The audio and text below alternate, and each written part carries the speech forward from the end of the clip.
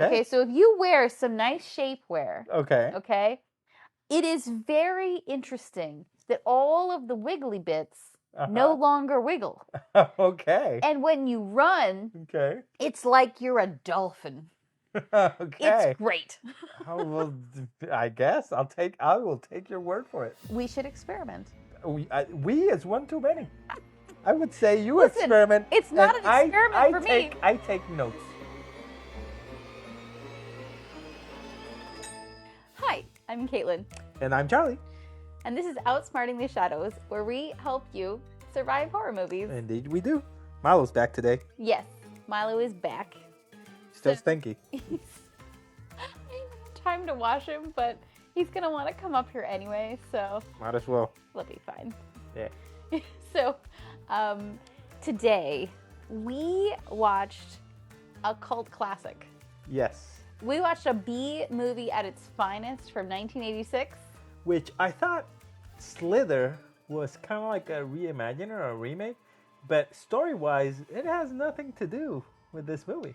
Well, a little bit to do with it. Mm-hmm. I mean, it has some elements. Some elements. We're talking about Night of the Creeps. Night of the Creeps is the movie. Yeah, yes. From 1986. Now, if you have not seen this movie, I really recommend that you see it. And there are going to be spoilers ahead. Yes. But if you haven't seen Night of the Creeps, it came out in 1986 by the same director. Well, not the same director. It's the director and the writer that he co-wrote House. Yes. And he directed and wrote Night of the Creeps. Yes. But I forget his name. Yes, he did. So this movie was written and directed by Fred Dekker. Fred Dekker. Yeah. Who also co-wrote The House. Yes. Not The House. Yes. From also 1980s. So he had two movies that he was a part of that came out in 1986. It's so interesting. We didn't really enjoy House 1986 all that much. Yeah, it was kind of goofy. Yeah, but this one, I love the story. I love the characters. Right. The 80s tropes really fit. I loved seeing college in the 80s from the movie perspective. Yeah. It was really fun. And what I was reading after I watched this movie is it was trying to be a bit of a combination of different elements. So like aliens from space. So from it also had that weird opening scene. Yes. Of the aliens just walking and running. Like one alien was against the others, and the others were trying to catch him because he was going to release these creatures. Right. He was gonna, and I love the character design of that. Mm-hmm. The other element was slashers. It was kind of like a slasher film in terms of some of the tension. And then the third element that they were incorporating was zombies. Right? It was kind of like a zombie flick. Yeah, which was kind of what Slither was from 2006. Yes. And they had the same... So the only thing that is the same is that they had those little slug creatures. Little creatures, yeah. And they came from outer space. Yes. But other than that... It was totally And they went in through your mouth. Yeah. Yeah. But that was it. That was it. That was it. Everything else was different. Yeah. The characters... In Slither, when they blew up their heads, it didn't... The little slugs didn't come out. Yeah. It's like... Yeah, I actually really liked that a lot better in the 2006 version because it seemed like if the slugs are in you, they're in you. It's not like they're going to come pouring out, like they're connected to your body. And I don't think they thought about that in 1986.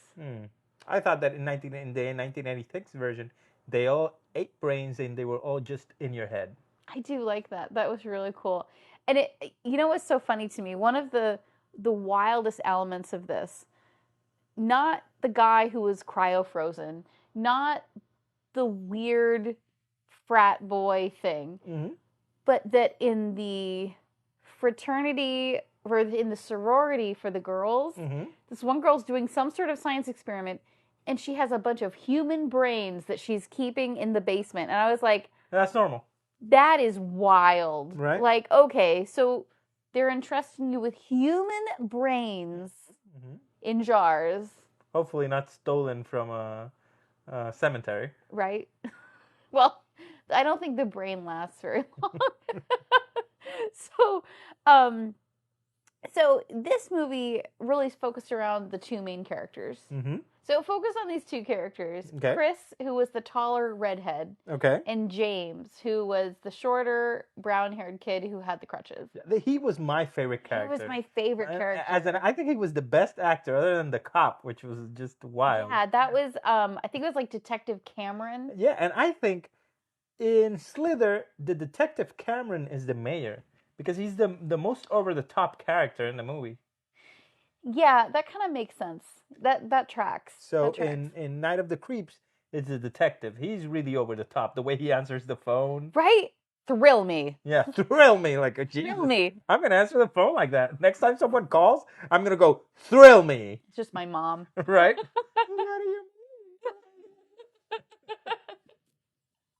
So that guy was really in it. It was interesting that he'd been carrying around this guilt over this girl that he liked back in 1950s that you know, she's dating a couple of people. She goes out with the other guy. She cockled him. Well, I would just call it dating. I mean, yeah, they weren't together. It looks like together. They were just hanging out, and like so she goes on a date with somebody else. You know, he knows about it, and then she ends up getting killed.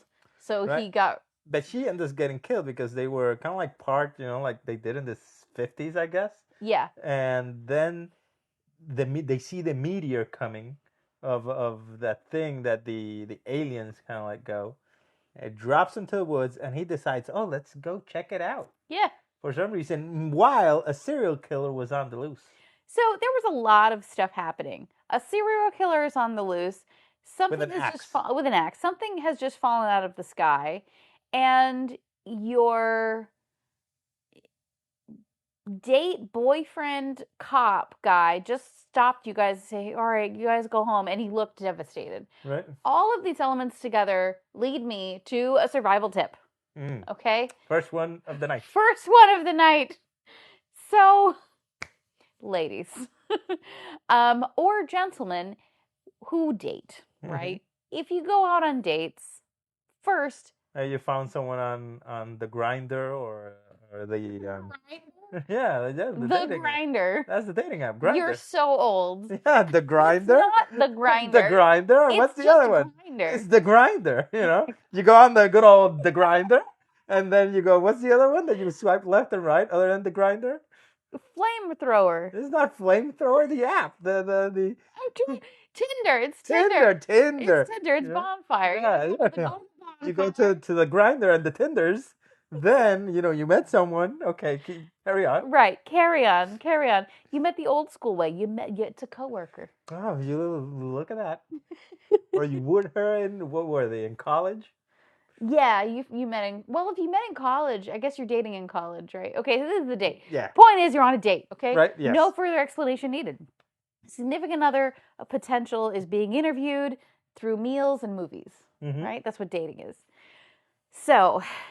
if you go on a date and there is a serial killer on the loose, stay indoors. Right. With lots of people. Or go to a restaurant. Right. With lots of people. With lots of people. Like that would be tip number 1. Okay. Tip number 2. Okay. If you're dating multiple people, right, you need to make sure that you go outside of the potential of beating the number A. Especially if you know that one of them is a cop. Right. But as I understood that she didn't know. And she said, oh, somebody I knew long ago or somebody from my past. So maybe they were childhood friends. It's never explained. No. So that was pretty clear to me. She said to her girlfriend before she left, aren't you dating that cop guy? Oh. So and she said she knew he was a cop, but she was like, yeah, you know, sort of, but I'm playing the field. I'm going on a date. Yeah. And so the reason why I think she said someone from my past is because she felt so bad. She felt like he's never going to talk to me again. At least that was my impression. So tip number 2, okay? If your current date is being a jerk, which being a jerk on a date is fairly simple to do. Just be inconsiderate. That date was being very inconsiderate to her needs. He's like, no, I want to go investigate this thing. She didn't want to do it. Yeah, and he just does it anyway. He went just on the side of the road, to the woods. And he just parked. And he just parked in a convertible, right? I think it was a Corvette. And then he walked into, and then he Just told her, walked into the yeah, woods. and you stay here. And she's like, really? She's like, I don't want to be by myself. So my point is, if you're ever in an uncomfortable situation, just leave. Yeah, Take the Uber out of keys there. and leave. I mean, they couldn't Uber back then in 1950s. Right. If it's in the 1950s, you just take those car keys and I would just leave. Right? He left the keys. Yeah. Just drive away. Just drive away. Because that's not okay. Right. You don't just leave your date. You know, and unfortunately, she got hacked to death.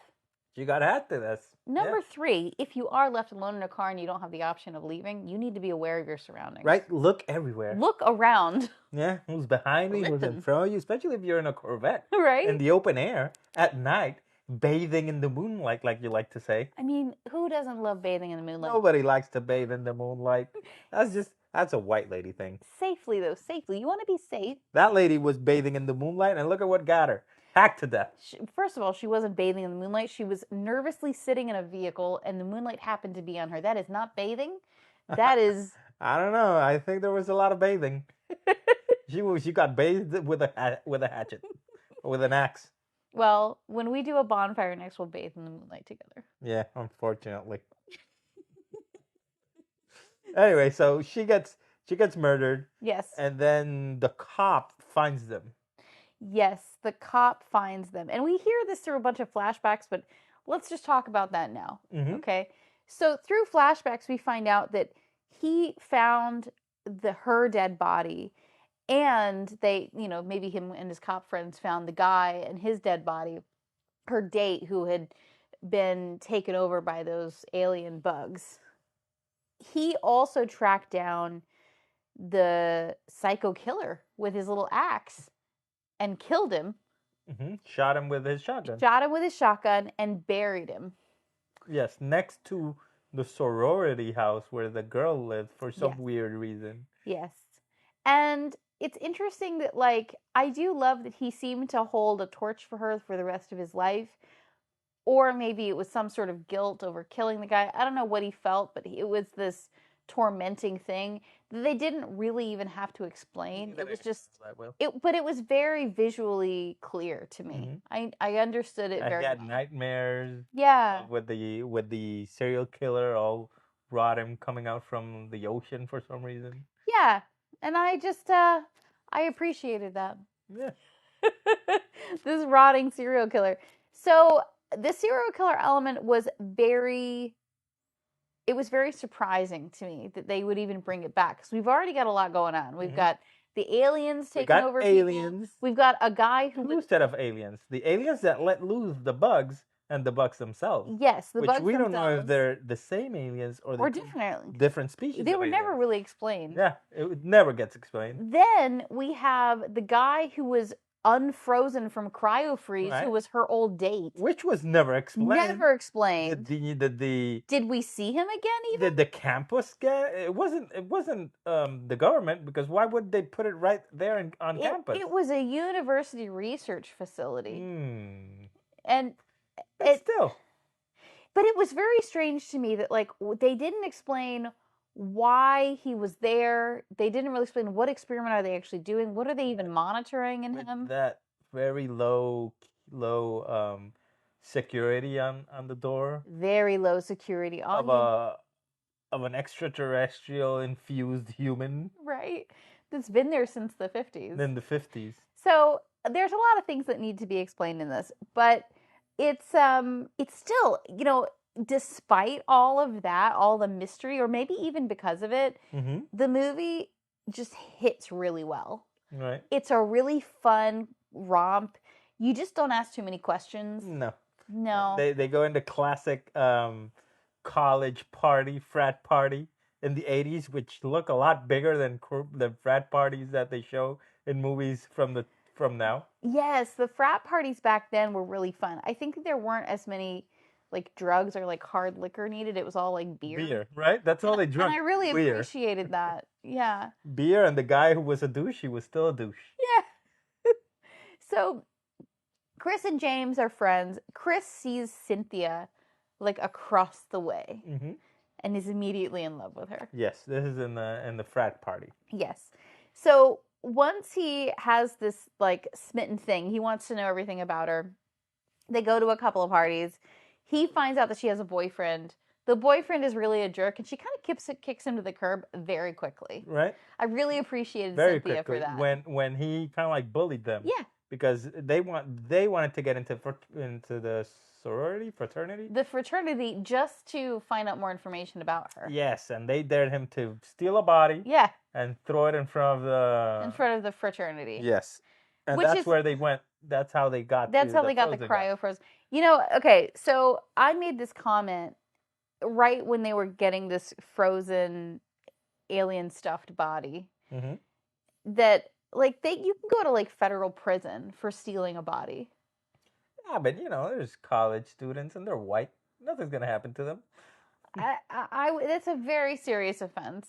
I don't know. But in this universe, you also can keep human brains in your basement, so I guess it doesn't matter. Yeah. You can just do whatever you want. And cryogenesis or cryogenics is a thing. Right, and all you gotta do is press blue. Which that's not real.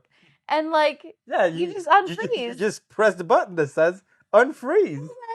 Yeah, just one button, unfreeze. Unfreeze. So so simple of them to just was make the it best. one button. What if you accidentally trip and press the button? Uh-oh.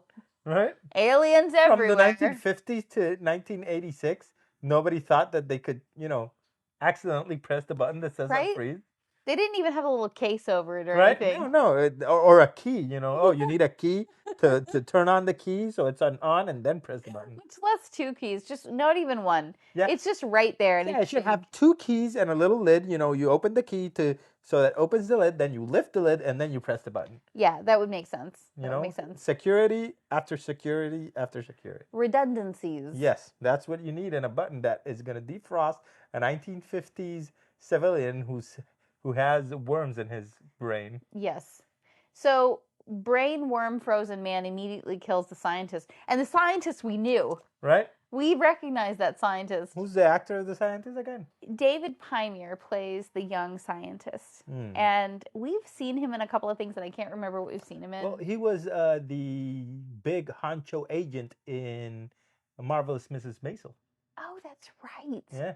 Yes. He was the one that was against the lady agent. I forget her name. Yes. And he's the one that was kind of also mentored her.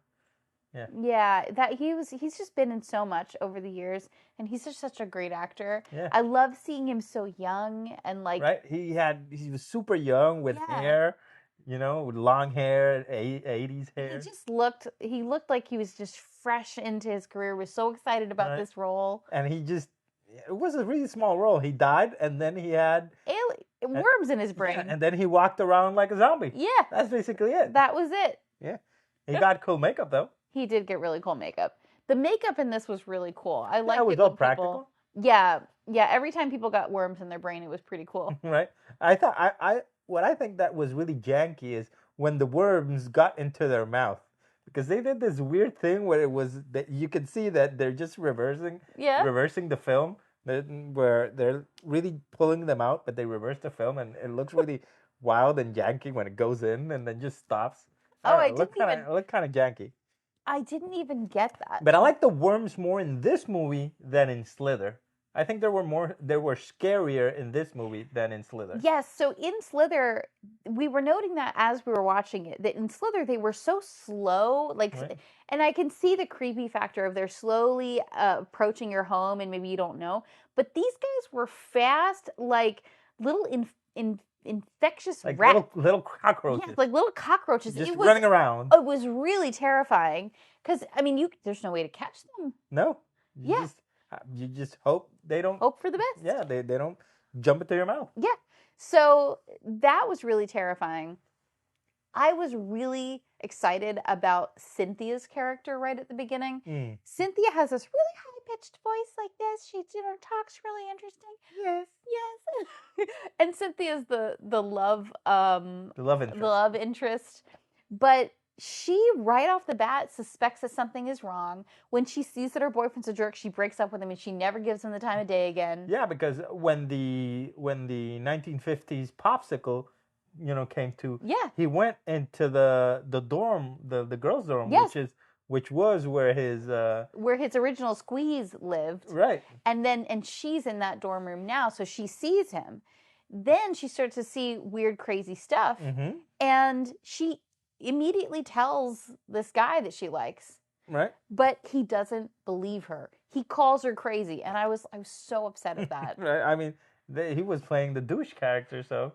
Okay, so this is the only part of the movie that I hated.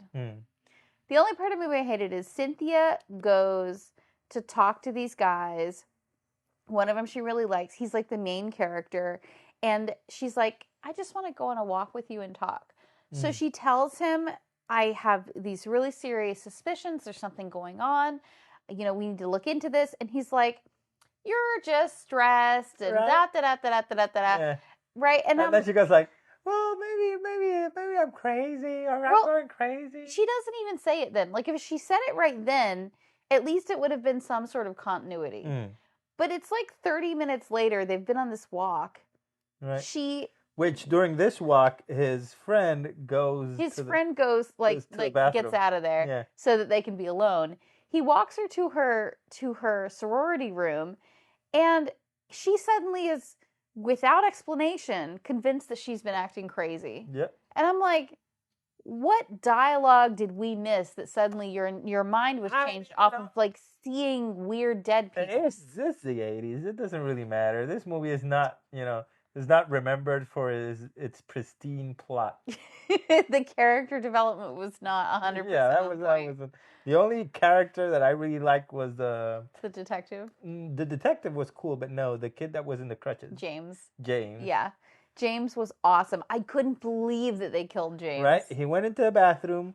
There was a janitor that also had the worms. Got the worms. So the janitor followed him into the bathroom, and then his head exploded, and there were worms everywhere. One got through his pants, which was freaky enough. Pant leg, yeah. And then he falls and he swallows one. Yeah, it was really tragic. And it was clear when we discover James's body later that he figured it out. Because when we see his body, he's laying next to the furnace. Right. And you can see that all the worms have kind of exploded out of his brain. And they were burning. Dead. Yeah, they were burning. So I think it was because when he was in the bathroom, he made the test with the with the fire. With the fire. With the matches. With the matches, yes. But I think it's I wish that they had taken the route where when James figured that out, that he could have survived by maybe burning the worms out of his head in time or something. But how? I don't know. It's the 80s. Drinking hot water? No, because that's what happened. He was at the furnace, and you could see that the worms had been killed. Man, you're in a really hot temperature. Right. Like if you're able to withstand the heat and you don't die from the heat, then maybe the worms will actually die. Like that would be an interesting element. They liquefy and come out of your ears. I mean, 80s practical effects would love that. Right. Come out of all of your face. Yeah, all orifices. Yes. Everything. And it would just be like that ooze that all of the horror movies love. Yeah, that slime. That slime. Right. Add a little color to it. Yes. It was like white, greenish slime coming out of your ears. I mean, there's never enough slime. There's always like the only I feel like that's why they created the movie The Blob, is because all of the other movies had all this leftover slime, and I was like, what are we gonna do with it? Let's just make it into a monster. A couple of those. The one I really remember was the 80s one, actually. Yeah. I know that there's one, I think, from the 50s or 60s. Yes. And then there's an 80s one. I remember the 80s one, too. I thought that was really terrifying. Maybe we'll watch it for the podcast. Yeah, that would be cool. Yeah. So, James is dead. Chris discovers his body. Because he left him a little tape. Yes, because, I mean, man, James was smart. Yeah, he did. Yeah, he was. Yeah, and that tape was scary. It was like it got into my bones, right? Because it was him saying, "I can feel them in my brain." I don't have a heartbeat. Right. I don't have a pulse. I think I'm dead. Yeah. It's fire. You need to kill him with fire. I'm going to the furnace. If I don't come back, then I'm goners. Yeah, and the detective, he kind of knows what's going on, but they never really explain what happened in the 50s. Yeah, they don't. I mean, you can between the girl getting murdered by the axe murderer, him murdering the axe murderer himself, burying the body, the date being infected with worms and then being cryo-frozen, there's a whole movie there. Right? And it's also weird that the detective is following them around while she is explaining everything to him. Yeah. Because then when he leaves her at the dorm, the detective is right there. So this and this Right. and this and this. Like, Jesus, he was really up close to listen to everything. Right? I mean, he's like a ninja detective. Right? Just following them, listening. Yeah, he's like the Batman. He's right there, but then you don't see him. He's gone. Yes. So I thought his character was really cool. Yeah, it was an interesting character. That at one point, when the kid figures all this out and goes to tell the detective, he's in his house, he's drinking, and he's in the couch, and then he has his door taped up. Yes. I was like, why is he taping up his door? You know what was funny? At first, I was like, oh, that's smart, so the worms can't get under the door. He didn't know about the worms. But he didn't know about the worms at that point. Yeah. All he knew is that that guy that he killed and buried had come back to life, and he had to shoot him again.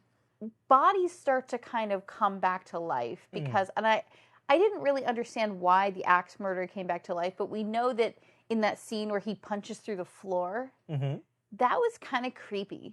Right? And then the lady does nothing. Right? She just sits there. She hears someone just knocking. I was like, okay, someone's knocking at the door, but she doesn't care. She's just watching her show. Oh, we have to say, there was a real life, like, terrifying situation happening while we were watching this movie. So it was nice and cool out. It was really, really late. So it's pitch black outside. So I decided to open a window while we were watching this horror movie. Yes. And behind us, we have a little farm, is where our emu sleeps. Yes. We have an emu. And if you didn't know, emus have a sack right here. It sounds like someone is thumping on the wall. Like, it sounds like someone is going bam, bam, bam, right? bam, bam. Boom. It's really, right really low. Literally like someone just banging on the wall. Right. And that's the perfect sound because it's reverberating through everything. Yeah. This sound can penetrate through several layers of brick wall. Yes, brick wall, and get some board, everything. When our emu was maturing last year and we started to make this noise, we thought there was something wrong with the house. Right? We were like, what is that noise? We would just hear it randomly. Is someone just pounding somewhere? And we didn't know. And so now obviously we know. But in the middle of it was almost like she was timing it. Because every time something crazy would happen, you would hear zoom, zoom, zoom, zoom, zoom. Right. And in this instance, this creature is like breaking through the floors. Right. And you'd think, okay, it's a moment where you were going to see. This is not 3D. This is 4D. It is 4D. It was happening behind us. Ultra high definition. Ultra high definition. Yes. At one point, I had to stop the movie, and I went outside because I was like, maybe Emu is hungry because she's making a ton of noise. And I tried to feed her, and she, like, through the darkness comes towards me. Dum, dum, dum, dum. Yes, with that noise. And I was like, okay, I'm just going to put the food down, and I'm just going to leave because you're freaking me out. Yeah. That's an arsenal tip. Yes. Just don't go out. Right. Don't feed an emu in the middle of the night when you're watching a horror movie. Yes. So this axe murderer comes back to life. I didn't really understand exactly why. Looks like slugs. It doesn't matter if you're dead or not. They reanimate you. Okay, that's interesting. So it doesn't matter if you're dead. If you're a corpse, they get into your brain or what's left of it. And they eat it and they reproduce and they reanimate you. Okay. And you can walk around for a bit, which is not that long because then once they're mature, your head explodes and the little bugs come out. Okay, well now we know. So the dog had it. I believe the dog had it, or he caught it from that creature. From the axe murderer. Right. And then the axe murderer comes, then he kills the lady, then the cop says, oh, I already killed you, which is what you were saying, which you were right. And he shoots him, and then the cop is gonna kill himself. Yes. After this axe murderer has murdered a couple of people and is on the run, this Detective Cameron realizes that this is like the guy that he murdered, and he has all these flashbacks, and when he finally kills the axe murderer again, you know what I think is interesting? He kind of gets off the hook for anything that he ever did at this point. Yeah. And he never has to tell anyone that he killed anybody in the first place. Yeah, but he did. But he did. And so he goes home and he tries to kill himself. And that's the moment where he has the tape around his door. Which when we saw it, was like, oh, you were like, oh, that's smart. So the little slugs don't come. Little slugs. And then he's like turning off He's turning off the oven, which he's had the on gas the stove. gas stove. We're like, oh, we know what he was doing. So Chris comes and tells him what happened and that he needs his help. And Detective Cameron like believes him immediately. Obviously, Right. he's just seen a zombie. He goes to the locker where they store all of the supplies for the police unit. This is the This is random the wildest scene. right? Because he goes like, oh yeah, I just want a flamethrower. And you're like, And by you're the gonna way, have a flamethrower? I'm not gonna have a flamethrower. And the guy's like, oh yeah, the flamethrower. I got one right here. by the way, the guy who owns all this is Columbo. Does anybody remember Columbo? Columbo? Columbo was a detective show Really? back in the 1960s or 70s that was wildly popular. Really? Yes. And Kate Mulgrew, who plays Captain Janeway, Yes. Star Trek. she starred. Yes, she starred in a show that originally was titled Mrs. Columbo, where she was the lead actress, and she was never on screen with him, but it was just about her adventures. The show was a total bomb, Okay. and then they tried to change the title like every 5 episodes to make it like. Eventually, it was called Kate Loves a Mystery, and it was really weird. Like, That's random. no. So anyway, I just found that to be really interesting. When I saw this, it was so funny because everything reminds me of Star Trek if it has any little tiny inkling. And I was like, oh, it's Columbo. Oh, it's about Star Trek. Yes. Which has because Catherine Janeway is in it. right, because Catherine Janeway is in a spin-off show from the show that this guy was in back in the 60s. She's also playing Which a she's cop, also playing which is the locker for the weapons cop in this movie. Right. Therefore, Star Trek. Therefore, Star Trek. So he hands him, so he doesn't hand him this flamethrower. He's like, okay, I just need the requisition order. Yeah, the papers. I'm like, just see. And the guy's like, I just have this shotgun and that's my paperwork. Right? I'll And he shoot just. you. But did he shoot him? I don't No, think he did. He just points it. Right? And the guy's like, okay. Okay, I guess take it. There's no problem. And I mean, I guess there's no APB out on him when there's zombie worms. Right. So then they go zombie hunting. They go zombie hunting, yeah. With a flamethrower. With a as you do. Man, if you want to see a movie with a flamethrower, this is the movie. Right. I love that they give everybody has a chance with the flamethrower. Mm-hmm. So the kid has a chance with the flamethrower. Then Cynthia has a chance with the flamethrower. Yeah. They're all flamethrowing it up. Flamethrowing it up, Yeah. which was fantastic. It was so. I think that it was a convenient plot hole, though, that the weapons guy says if you turn the flamethrower off, it's really difficult to turn it back on. Mm-hmm. Yeah, but in a couple of scenes is off. I know. But then in the next scene after that, it's on. Then in a couple of scenes, it's off, and then the next scene, it's on. And then when a scene that it's off, and then I can't turn it on. Oh, But it was off. It was off. In a whole bunch of scenes. Why does it matter now when you actually need it? 80s B horror. Right. I think they shot these, or the script was different, and they shot them in different order where it should have been off, and they just. In the magic of editing, they edited stuff where it's not supposed to be. So eventually, they've killed a ton of these people. There was an interesting sequence where the frat guy that Cynthia broke up with, who was really bad, all of his frat friends are on a bus. Right. Because it's like the formal, everybody's dressed all fancy. Right. And the zombie worms get into all of their brains. Yeah, because the dog, here's another tip. Yeah. If you're in a I'm guessing this is kind of like a school bus, a really old 1950 school bus. And you're, going down the street and a creature or an animal or anything gets in front of you, you can't jerk your steering wheel. Put a pillow under it. You have to keep going, which he did not do. No. And that led to a massive crash and everybody died. It's true. It's true. Maneuvering a bus quickly is not the easiest thing. So. And the dog was small enough that if he kept going, He wasn't gonna run him over. He was just gonna get He under would the have just desk. been underneath. Yeah. Yeah. He was a zombie dog. Yeah, but they didn't let her know that. Yeah, I'm just saying. So I love the scenes of all of these now worm infested zombie Zombies. guys Yeah. jumping through windows and coming in to get everybody. And one didn't have a leg, and we're like, oh, that one's not gonna make it. And then in the next scene, he's right there in front of the house. Right? Like, oh, he was really fast. Oh, he's really fast.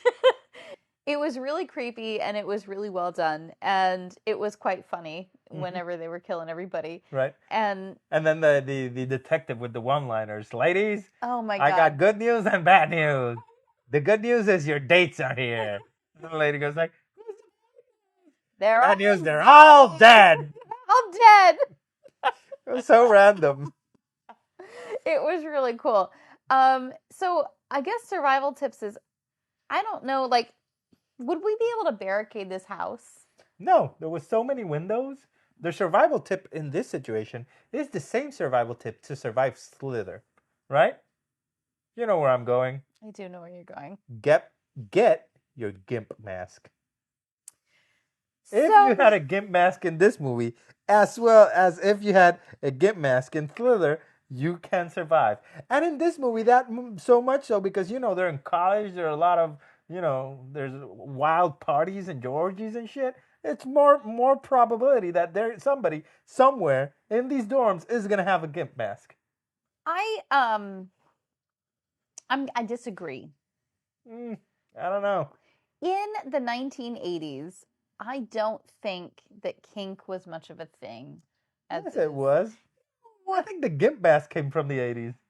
No, it didn't. Yes, it did. We're gonna have to research that. If you know if the GIMP mask and the GIMP suit came from the 80s, leave a comment down below. Okay, so before we get to the climactic scene where we defeat everybody, right? Yes. We are going to go into some research that I did from a previous episode. Okay. Where we talked about people who have survived or not survived cyanide poisoning. Okay. All right? Okay. So I did some research on this. Okay. Does it have anything to do with this movie? Nothing at all. Oh, well, there you go. Not a single thing. But in a previous episode that we did where we talked about how to survive the fall of the House of Usher, there was a character in that show who had unwillingly ingested cyanide. Let's leave it there in case a viewer hasn't seen the show. Good tip. Good point. This is not spoiling. This is not spoiling anything. The House of Usher. No. So if that happens to you, there have been cases where people survive cyanide ingestion. Some of them are rare and some of them are not, because there is an antidote to cyanide ingestion. What is it? I don't know. It's like medical things. I thought it was going to lead to the GIMP mask for some reason. You think everything's going to lead to this GIMP mask? Yeah, you put on the GIMP mask, cured.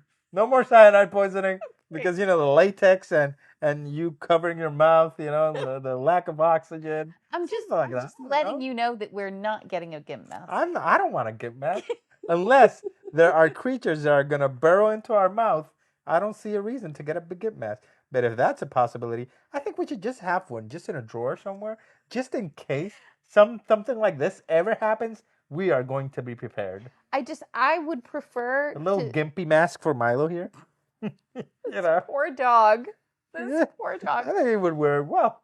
So in the cyanide thing, now most people die of cyanide poisoning, but it is possible to live. And there was a particular case where a gentleman who was a jeweler ingested like a silver emulsion cyanide of some kind that was normally like 99.9% fatal. And you never even make it to the phone. Really? You just don't. And he made it. Ingest it and you die. Yeah, you ingest it and you're dead. Okay. And he made it to the hospital. They put him into a coma. They gave him meds, and he lived. Really? Yes. But what cyanide does is it is a paralytic. So, like, it paralyzes you first. So it's like even if you could have gotten somewhere, you're not going to do it. Because you can't move. You can't move. I see. Well, the more you know. The more you know. Don't ingest cyanide. Just don't do it. Don't do it. Yeah. Yeah. Horrible, painful death. Yeah. Get a GIMP mask instead. Don't get a GIMP mask. I mean, if you want a GIMP mask, I guess you can get it. But I just personally feel Uh-huh. that there are more practical ways of covering one's mouth.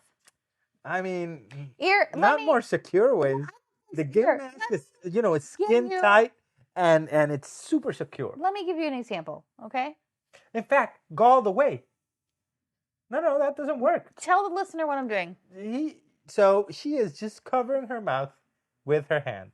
But that doesn't work because if you run and you fall, you're going to use that hand to, break your fall. While you're breaking your fall, the little slug goes into your mouth.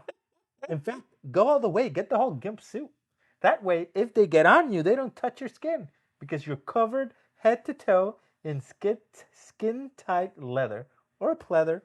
Can you imagine the cleanup that you're going to have to do after running away from like these creatures and sweating? All this happening, and you see down the street somebody running and screaming in a GIMP suit. GIMP suit, right? They're just like, I'm sorry. With muffled screaming because their mouth is covered.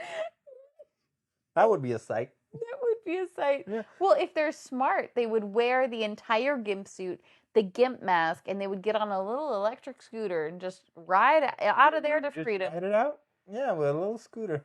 Yeah. I mean, that way they don't have to run, waste all that energy. Yeah, get all sweaty, chafing. I'm pretty sure a GIMP suit chafes. See, I would think that it wouldn't chafe. Why not? So, you probably have never worn pleather pants. I have not. All right. So, when you do wear these pleather pants, right? Or shapewear. Okay. No? Nothing? I have not. Okay. Well, you're missing out. Okay. So, if you wear some nice shapewear. Okay. It is very interesting that all of the wiggly bits no longer wiggle. Okay. And when you run, it's like you're a dolphin. Okay. It's great. Oh, well, I guess I will take your word for it. We should experiment. We is one too many. I would say you experiment. It's not an experiment for me. I take notes. That's just my daily living. Okay. So I'm just telling you, it is an amazing experience. It prevents chafing. Because then two materials are rubbing together, but that material, that is stuck to you. So therefore, you're in accordance to get a GIMP suit. You're in this situation. Whoa. In this situation, to survive these creatures that go into your mouth. Why don't I just wear shapewear or like pleather pants? But it doesn't look as cool. I beg to differ. I look amazing in pleather pants. I mean, but have you looked at yourself with a GIMP suit? I don't see why I would have to. Could you imagine you doing chores with the goats? Just choring with your GIMP suit on? And then, the neighbor kind of like says hi, you're like, because they won't hear you? Can you imagine the Florida sun? Right? Just baking you in. Yeah, you would have his heat stroke. You would die immediately. I think this would be a good survival tip if you live in Florida. If you live in Florida, in the hot summer, don't wear your GIMP suit while doing chores on a farm. Outside. Right? Yeah. Wear it in nice AC. And that is the tip of the day. You heard it here first. You heard it here first. Don't wear your GIMP suit under the Florida sun. All right, so we're going to head back to the climactic scene of this movie. Yes. All right, so they were in the sorority house. Zombies from all sides carrying worms. They're killing them left and right. And he's freaking out, telling her, like, oh, you just have to fire. You have to fire. Right? It's like, okay, just fire. He shoots the gun, and then she just blazes them. Yes. Now, they get down into the basement where all the brains were being stored for that one lady's experiment. Which she remembered. Yeah. And all of the worms have, like, trying to take over the brains in this one corner. Mm-hmm. And the only way to kill them is with fire. Right. And the flamethrower is out. The flamethrower, for some reason, now it doesn't turn on. Right, now it doesn't. It did before because it was out, and then it was working, and then it was out, and then it was working. But now it doesn't. Where Detective Cameron got the gasoline, but he got a bunch of gasoline and throws it all over that. And he had tape over his mouth, but that didn't work because he took it off. If he had a GIMP mask, he couldn't take it off. And then the final scene would have made no sense. Why wouldn't didn't he just leave it on? Because he wanted to tell them to leave. Okay. Well, he lights it on fire and all of them die. Well, I think it's really cool how he did it. He starts counting backwards from 20.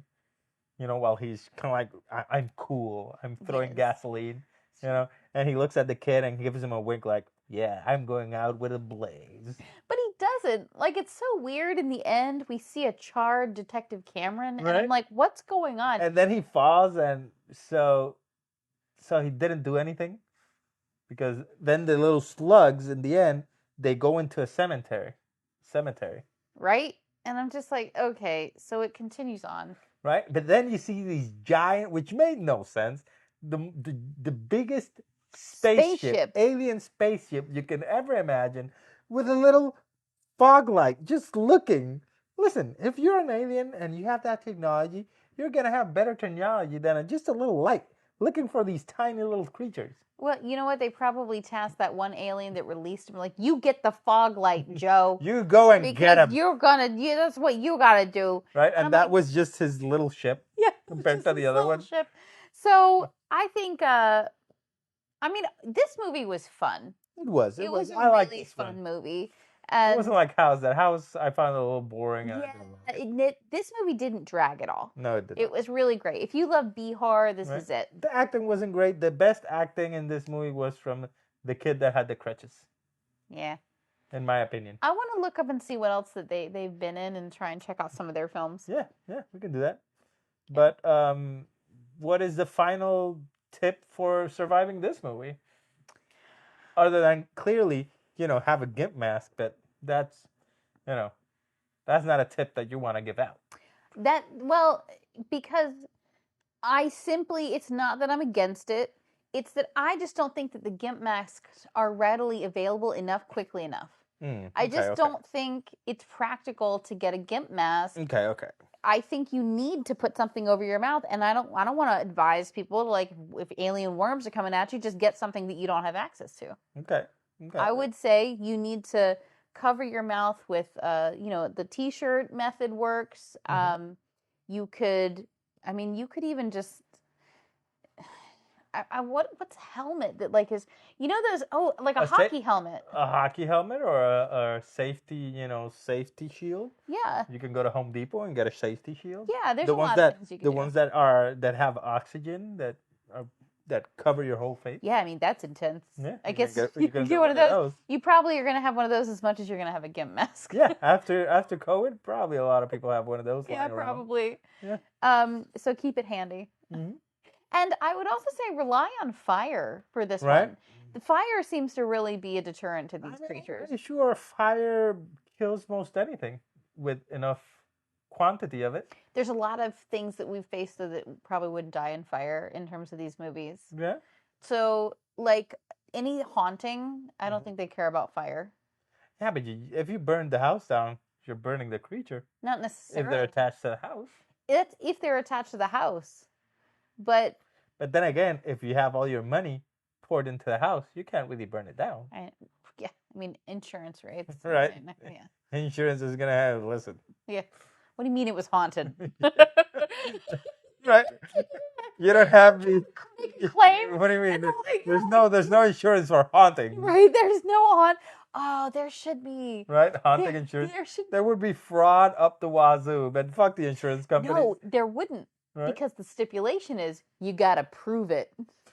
Mm-hmm. And then you have to involve, the Catholic Church and the Vatican and all that stuff. No, you don't. You know how medical insurance companies require them to say whether your doctor, right. Is right? Could you imagine the Vatican and everything? Yes, this is a haunting. We're doing an an exorcism, and there's just a guy from the insurance company. You see, no, he's faking. Then the blood of Christ compels you. I don't think it's faking it. Your mother sucks cock in hell. I don't think my mom is in Florida. Right. Yeah. You don't know nothing about my mom. This is fake. So the insurance agent, oh my God, I want to watch the heck out of this movie. Right. I would watch the heck out of